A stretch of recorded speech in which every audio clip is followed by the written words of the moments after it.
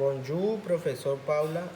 La recette d'aujourd'hui es una michelada qui se compose des ingrédients suivants une bière, una mangue, un citron et un peu sel.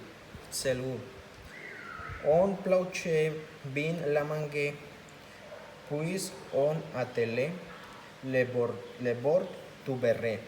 Avec du citron, puis on ajoute le sel, on ajoute de l'bière.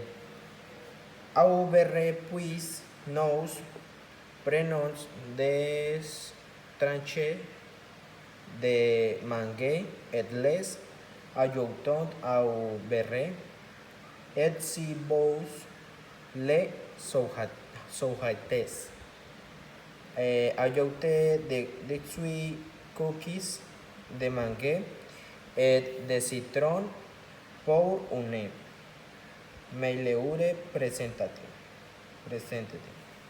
Merci beaucoup, professeur.